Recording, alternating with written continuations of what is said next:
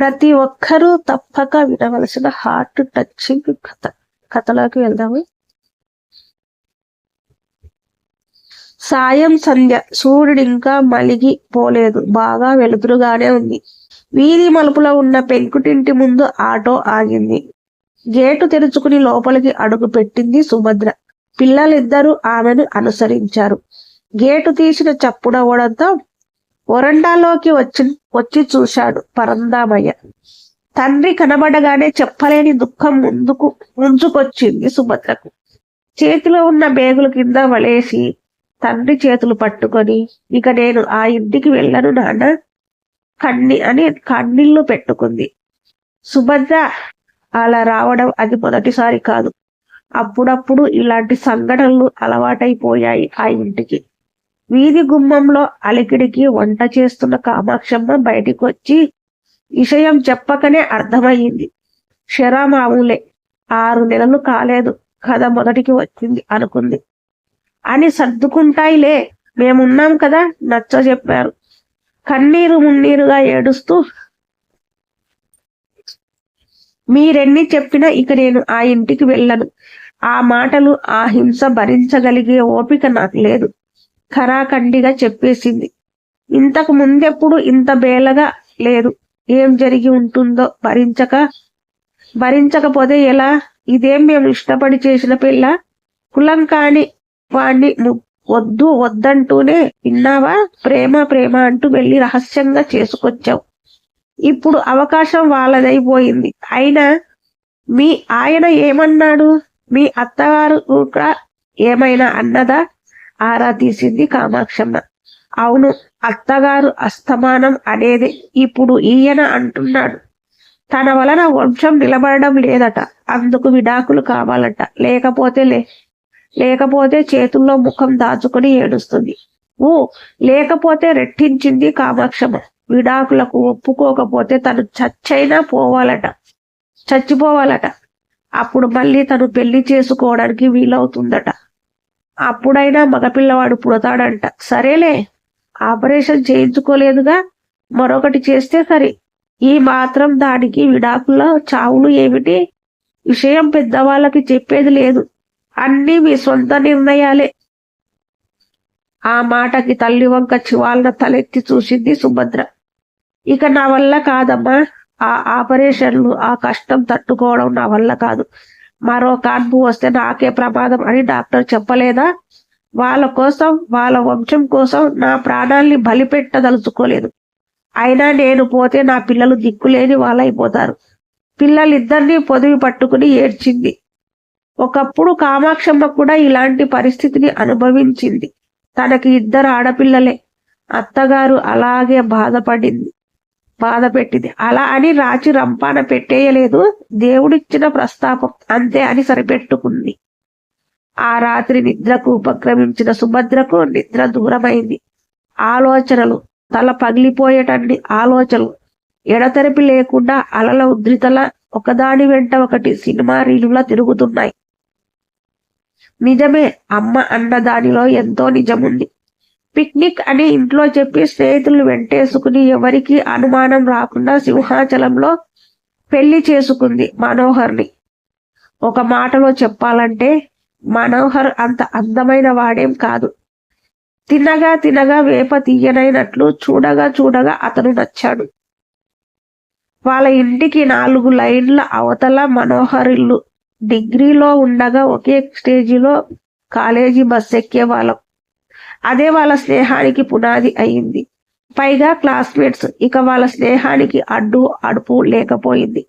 నల్లగా, సన్నగా, బక్కపలచగా ఉన్న అతని ముఖంలో ఏదో కల కనపడేది. ఆ కళ్ళల్లో తన మీద ఆరాధన కనపడేది. అదే తన్ని ముంచేసింది. ప్రేమ గుడ్డిదని పెద్దవాళ్ళు ఊరికే అనలేదు. అలా అని పెద్దవాళ్ళ మాట వినాలని లేదు. అందుకే అటు పెద్దలు ఇటు పెద్దలు తమని వేరు చేస్తుంటే అన్నిటికీ అతీతంగా దేవుడి గుళ్ళో స్నేహితుల సమక్షంలో పెళ్లి చేసుకుంది. ఆ నిమిషంలో ఎవరెస్టు శిఖరాన్ని అధిరోహించినంత సంతోషంగా అనిపించింది. పెళ్లి చేసుకుని మనోహర్ నేరుగా ఇంటికి తీసుకువెళ్ళాడు. స్నేహితుల వెంట రాగా పెళ్లి బట్టలతో ఉన్న తమని చూసి శివాలు తొక్కింది అత్తగారు అనబడే సుందరమ్మ. ఒక్కగానొక కొడుకువి, లక్షలకు లక్షలు కట్నాలు ఇస్తామని అయినా వాళ్ళందరూ ఇంటి చుట్టూ తిరుగుతుంటే ఇలా ప్రేమించి పెళ్లి చేసుకుంటే కట్నం డబ్బులు వస్తాయట్రా, నీ తర్వాత ఆడపిల్లలకి ఏమిచ్చి పెళ్లి చేస్తానురా బాధపడింది. భర్త నచ్చ చెప్పడంతో కాసేపటికి శాంతించింది. ఎర్ర నీళ్లు దిష్టి తీయించి ఇంట్లోకి రానిచ్చింది. అదే మహాభాగ్యం అనుకుంది తను. తల్లి అయితే ముందే చెప్పింది, నువ్వు వాడినే కట్టుకునేటట్లయితే ఇక నువ్వు మా గురించి మర్చిపో. నీ తర్వాత దానికి పెళ్ళవ్వాలనుకుంటే ఈ గడప తొక్కకు అని. పెద్దలు వద్దన్నారన్న పట్టుదల పట్టింది గాని తనెంత పొరపాటు చేసిందో ఇప్పుడు అర్థమవుతుంది. పెళ్లిళ్ళ విషయంలో అటు 7 తరాలు ఇటు 7 తరాలు చూడాలన్నది ఎంత ముఖ్యమైన విషయమో ఇప్పటికీ తెలిసి వచ్చింది. తన ఇష్ట ప్రకారం తను నడుచుకున్నందుకు చెల్లి పెళ్లి చేయడానికి తల్లిదండ్రులు చాలా కష్టపడవలసి వచ్చింది. ఈ జీవిత సత్యం తెలిసే నాటికి 6 ఏళ్ల కాలం సంతోషానికి దుఃఖానికి తేడా తెలియకుండా గడిచిపోయింది. ఎంత కట్టడి పెట్టినా తల్లి తల్లే, అందున కళ్ళ ముందే ఉన్నారు కాబట్టి తను కడుపుతో ఉందని తెలిసి ఆ ఇంటికి వచ్చి మిఠాయిలు ఇచ్చి డెలివరీకి తీసుకొచ్చింది. అప్పుడే అంది అత్తగారు, మా వాడు మీ పిల్లని ఇష్టపడబట్టి గాని లేకపోతే లక్షలు తెచ్చే పిల్ల నా కోడలు అయ్యేది. చదువు ఒక్కటే సరిపోదు, మనిషి బ్రతకడానికి డబ్బు కూడా ముఖ్యమే అని మనోహర్ తండ్రి వైజాగ్ స్టీల్ ప్లాంట్ లో గుమస్తా ఎలాగూ తంటాలు పడి కొంత డబ్బు ఖర్చు పెట్టి కొడుక్కి చిన్న ఉద్యోగం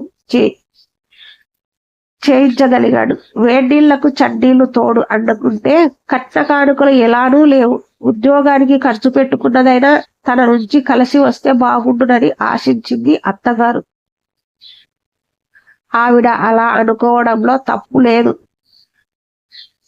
చదువుకుని కూడా తను వీళ్లకు తిండి భారమైంది. కూర్చుని తింటే కొండలైనా కరిగిపోతాయని ఎక్కడైనా టీచర్గా వెళదామనుకుంటున్న తరుణంలోనే వేవిళ్ళు మొదలయ్యాయి. దాంతో ఇంట్లోనే ఉండిపోయింది. తొలి చూపులు ఆడపిల్ల మొదటిసారిగా పంపినప్పుడు చంటి పిల్లకు బంగారం పెట్టి ఖర్చులకు కొంత డబ్బు ఇచ్చి పంపారు తల్లిదండ్రులు. దానికి సంతోషపడింది సుందరమ్మ. చిట్టి పాపాయి చిన్నారి చేష్టలతో బుడిబుడి నడకలతో సంవత్సరం తిరిగిదో లేదో మళ్ళీ నెల తప్పింది తను. చిట్టి పాపాయిని చూసి సంతోషపడుతున్న బలి సంతానం అబ్బాయే కావాలని పట్టుబట్టింది అత్తగారు. మన చేతుల్లో ఏముంది అత్తయ్య అంది తను. అది నాకు తెలీదు, నా వంశం నిలవాలి, అలా అని ఇంకా ఇంకా అవకాశాలు చూడాలంటే మన స్తోమత సరిపోదు ఖచ్చితంగా చెప్పింది. మొదటిసారే సిజరీన్ జరిగింది, ఈసారి ఆపరేషన్ తప్పకపోవచ్చు. అత్తగారి కోరిక తీర్చడం కోసం ఏదైనా టెస్టు చేయించుకుందాం అనుకున్నా గవర్నమెంట్ వాడిని నిలిపివేసింది. మగపిల్లాడి కోసం ఎన్ని కష్టాలు పడగలదు తను, అంతా దేవుడిదే భారం అనుకుంది. అయినా దేవుడు ఆ భారాన్ని తను తీసుకోలేదు, తనకే వదిలేశాడు. మళ్ళీ అమ్మాయే. అత్తగారిని సంతోష పెట్టేలా మరిన్ని కానుకలు ఇచ్చి పంపాడు పరందామయ్య.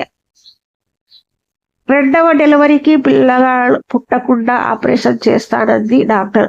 తల్లికి భయపడి మనోహర్ ఒప్పుకోలేదు. రాను రాను అత్తగారి సాధింపులు ఎక్కువయ్యాయి. పెద్దాడపడుచు పెళ్లి దగ్గర పడడంతో ఇల్లు ఇరుకు అన్న నేపథ్యంతో వేరు కాపురం పెట్టించాడు పరందామయ్య మనోహర్తో. అత్తారింటికి పుట్టింటికి మధ్యస్థంగా ఉన్న అద్దె ఇంట్లోకి దానికే కొడుకు దూరం అయిపోయాడని బాధపడింది సుందరమ్మ. కొంతలో కొంత తెరిమిన పడ్డ ఎట్లయింది తనకు. చిన్నపిల్లకు 2 ఏళ్లు గడిచింది. జీవితం నల్లేరు మీద నడకలా సాపిగానే జరుగుతుందనుకున్న సమయంలో మళ్ళీ అవాంతరం. పెద్దాడపడచుకు మగపిల్లవాడు. ఎంగిపెళ్లి సుబ్బిచావుకొచ్చినట్లయింది. కొడుక్కి వంశాంకురం లేడని, తప్పంతా కోడలిదేనని ఆడిపోసుకోవడం మొదలుపెట్టింది. వినగా వినగా తల్లి మాటలు బుర్రకెక్కాయి మనోహర్కి. తల్లి మాటలకే ఒత్తాసు పలికాడు. అతను చివరిగా పలికిన మాటలే మళ్ళీ పుట్టింటి పంచాన చేరేలా చేశాయి. రాత్రి కలత నిద్రపోయిన ప్రశాంతంగా నిశ్చింతగా నిద్రలేచింది సుభద్ర. ఇక్కడ తన మనసుని కష్టపెట్టే వాళ్ళు ఎవ్వరూ లేరు. పిల్లలిద్దరూ అప్పటికే నిద్రలేచి గార్డెన్ లో తాతయ్యతో పాటు కూర్చుని కబుర్లు చెబుతున్నారు. లేచి ముఖం కడుక్కొని పిల్లల దగ్గరకు వెళ్ళింది. నిన్నటి నుంచి వాళ్ళ ఆలనా పాలన చూడలేదు. తల్లిని చూడగానే ముందుగా చిన్నపిల్ల దివ్య ఎదురొచ్చి గట్టిగా కావులించి పట్టుకుంది. అంతలోనే ఏదో గుర్తొచ్చిన దానిలా, అమ్మ, నాన్నది తీసి బయటపడే అంది కోపంగా, తల్లి మెడలో ఉన్న మంగళసూత్రాలను చూపిస్తూ. ఇంకా ముక్కు పచ్చలారలేదు దానికే ఎంత లోకజ్ఞానం తెలిసింది. తనే ఎప్పుడో చెప్పింది, పిల్లలు తన ఒడిలో చేరి మెడలో ఉన్న మంగళసూత్రాలతో ఆడుతుంటే ఇందులో ఒకటి మీ నాన్నది, ఒకటి నాది అని. ఆ మాట దానికి బాగా గుర్తున్నట్లుంది. నాన్నతో గొడవ జరిగి బయటకు వచ్చేసినందుకు దానికి ఈ విషయం ఇలా గుర్తుండిపోయింది. అందుకే నాన్నది తీసి బయటపడే అంది. ఒక సూత్రం తీసి బయట పడేసినంత మాత్రాన తెగిపోయే బంధమా ఇది? దాని అమాయకత్వం చూస్తే అంత బాధలోని మనసుకు ఊరట కలిగింది. అమాంతం దివ్యనెత్తుకుని ముందు పెట్టుకుంది. ఆ ముందు మాటలేమీ అర్థం కాని పరద్దామయ్య, ఏమిటమ్మా, ఏమంటుంది గడ్డుగాయి? దాని మాటలు నాకు ఇంకా అర్థం కావడం లేదు. అయినా భలే స్పీడుగా మాట్లాడేస్తుందిలే. సుభద్రకు దగ్గరగా వచ్చి చిన్నపిల్ల భుజాన్ని ప్రేమగా తడుతూ తండ్రి అలా అడిగేసరికి దాని మాటల రసారాంశం వివరించక తప్పింది కాదు సుభద్రకి. అవురా, ఎంత జ్ఞాపక శక్తి! వేడంత లేదు, ముక్కున వేలేసుకున్నాడు పరందామయ్య. ఎంతైనా పెద్దది, అమాయకురాలు అన్నాడు. ఇక్కడకు వచ్చినప్పటి నుంచి ఆలోచిస్తుంది. తన సమస్యకు పరిష్కారం వెతుక్కోవాలి. స్నేహితురాలు ప్రసూనాంబ ధైర్యం చెప్పింది. మంచి చీర కట్టుకుని ముస్తాబవుతున్న కూతుర్ని చూసి ఆశ్చర్యం కలిగింది కామాక్షమ్మకి. ప్రొద్దుటే ఎక్కడికి బయలుదేరావు? అప్పుడే ఇంటి మీద ధ్యాస మళ్ళింది గానా అడిగింది. ఈ వంకనైనా కాపురం చక్కబడితే చాలు అన్నాడు అనుకుంటూ. ఆ విషయం అమ్మకి నాన్నకి ఎలా చెప్పాలో తెలియక అవస్థ పడుతుంది. తల్లి మాటలకు జలజల కన్నీళ్లు ఉబికి వచ్చాయి. అలా ఎడొక పొద్దుటే ఏంటికి మంచిది కాదు మందలించింది. అవును, నా బ్రతుక్కి మనసారా ఏడవడానికి కూడా స్వేచ్ఛ లేదు. అందుకే నా సమస్యకు నేనే పరిష్కారం వెతుక్కున్నాను. నన్నెవ్వరూ ఆపేందుకు ప్రయత్నించకండి. నా ఫ్రెండ్ ప్రసూన తెలుసు కదా, తను పనిచేసే కంపెనీలో కంప్యూటర్ ఆపరేటర్ ఉద్యోగం ఖాళీగా ఉందని, జీతం 10,000 వరకు ఉండవచ్చునని చెప్పింది. జీతం ఎంత ఇచ్చినా సరే నేను అక్కడ జాయిన్ అవ్వాలనుకుంటున్నాను. మీరు నాకు చేయగలిగే సహాయం ఒకటే, కాస్త పిల్లల్ని చూడండి, అంతే చాలు కన్నీళ్లు తుడుచుకుంటూ చెప్పింది దృఢ నిశ్చయంగా. కూతురి మాటలకు విస్తుపోయింది కామాక్షమ్మ. వీళ్ళ సంభాషణ అంతా తోటలో కూర్చుని గమనిస్తున్న పరందామయ్య వరండాలోకి వస్తూ, అలా నీ పాటికి నువ్వు నిర్ణయం తీసుకోవడమేనా? మనోహర్ వచ్చి అడిగితే నేనేం చెప్పాలి? సంసారం అన్నాక ఏవో గొడవలు వస్తుంటాయి, పోతుంటాయి. కూతురికి నచ్చజెప్పే ధోరణిలో అయినా సరే నాకంటూ ఓ ఆర్థిక వెసులుబాటు లేకే ఈ అవమానాలు పడుతున్నాను. ఏ కష్టం వచ్చినా పరిగెత్తుకుంటూ వచ్చి మీ పంచన వాలిపోతున్నాను. ఆ దాష్టికం నేను చేయలేను. ఈ విషయంలో నాకు అడ్డు చెప్పకండి. కొద్ది రోజులు పిల్లల్ని చూడండి చాలు అంది వేడుకోలుగా. సరే, నీ ఇష్టం. ఇది ఒకందుకు మంచిదే అనుకుందాం. నీకు చదువుకున్న చదువు ఉపయోగపడుతుంది. మీ పరిస్థితులు చక్కబడతాయి. మీ ఆయన ఆలోచనలు మారవచ్చు. ఒప్పుకున్నాడు పరందామయ్య. ఆ మాటకి కొండంత ధైర్యం వచ్చింది సుభద్రకు. వారం రోజులుగా ఉద్యోగానికి వెళుతుంది సుభద్ర. పిల్లలు అమ్మమ్మ తాతయ్యల లాలనలో తల్లిని వదిలి ఉండటానికి అలవాటు పడ్డారు.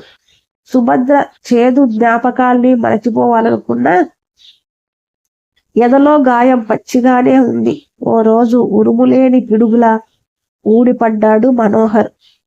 వరండాలో ఆడుకుంటున్న కావ్య కనిపించగానే రమ్మని చేతులు చాచి పిలిచాడు. ఒక్క నిమిషం తండ్రిని చూసిన ఆనందంలో కావ్య పరిగెత్తుకుంటూ ఎదురెళ్ళబోయి ఆగిపోయింది. నేను రాను అన్నట్లు బుర్ర అడ్డంగా తిప్పింది. రా, మన ఇంటికి వెళ్ళిపోదాం. చేతులు చాచి మళ్ళీ పిలిచాడు. రానని అమ్మమ్మ వెనక్కి వెళ్ళిపోయింది. అమ్మమ్మ అని వెనక్కి వెళ్ళిపోయింది. అక్కడే ఉన్న దివ్య తండ్రిని చూడగానే పట్టరాని కోపంతో క్రిందికి వంగి నేల మీద ఉన్న ఆట వస్తువు తీసి మనోహర్ మీదకు బలంగా విసిరేసింది. దెబ్బ తగలకుండా తప్పించుకున్నాడు. ఆ పిల్ల ఎదురు తిరగడంలోనే చూస్తే తెలుస్తుంది జరిగిన దానికి ఆ పసి మనసు ఎంత గాయపడిందో. మాటల్లో వ్యక్తం చేయలేని భావం చేతల్లో చూపించింది. ఆ ముద్దుగారే పసి మనసులో ఇంత కోపం ఉందని అనుకోలేదు కామాక్షమ్మ. తప్పు, అలా చేయకూడదు అంది దివ్యను వారిస్తూ. ఏం నాయనా, ఇన్నాళ్లకు పిల్లలు గుర్తుకొచ్చారా? పిల్లం గుర్తుకొచ్చిందా? మగపిల్లాడు పుట్టలేదని నా కూతుర్ని తగిలేశావు కదా, ఇప్పుడు దేనికొచ్చినట్లో? అసలు మగపిల్లాడు పుట్టకపోవడం అనేది మగవాడిలో లోపమే, ఆడదానిది కాదు. సైన్స్ చదువుకున్నావు కదా, ఆ మాత్రం తెలీదా? అడిగింది. మౌనం సమాధానం లేదు. ఎంతో మంది ఇళ్లలో ఇప్పుడు ఆడపిల్లలే ఉన్నారు. మగపిల్లాడు లేడని అనుకోవడం సహజమే. అయినా ఎవ్వరూ మీలా వీధిన పడడం లేదు. పైగా ప్రేమించి పెళ్లి చేసుకున్నారు. దేవుడొచ్చిన ప్రస్తావం అని సరిపెట్టుకుంటే అంతా ఆనందమే. మేము లేము మగపిల్లాడు లేకుండా. మాకు అల్లుళ్ళైనా మీరే, కొడుకులు అయినా మీరే. చివరిగా తలకొరి మీరే పెడతారు. ఎప్పుడో జరగబోయే దానికోసం ఇప్పటి నుంచే జీవితాలు బుగ్గి చేసుకుంటామా? అత్తగారు అలా ఏకమిగిన మాట్లాడేస్తుందనుకోలేదు. ఇక నుంచి బాగానే చూసుకుంటాను. సుభద్రను పిలవండి. సుభద్ర రావటానికి ఇంకా గంట టైం కావాలి. ఇప్పుడు ఉద్యోగానికి వెళ్తుంది. ఉద్యోగమా? అవును. నువ్వు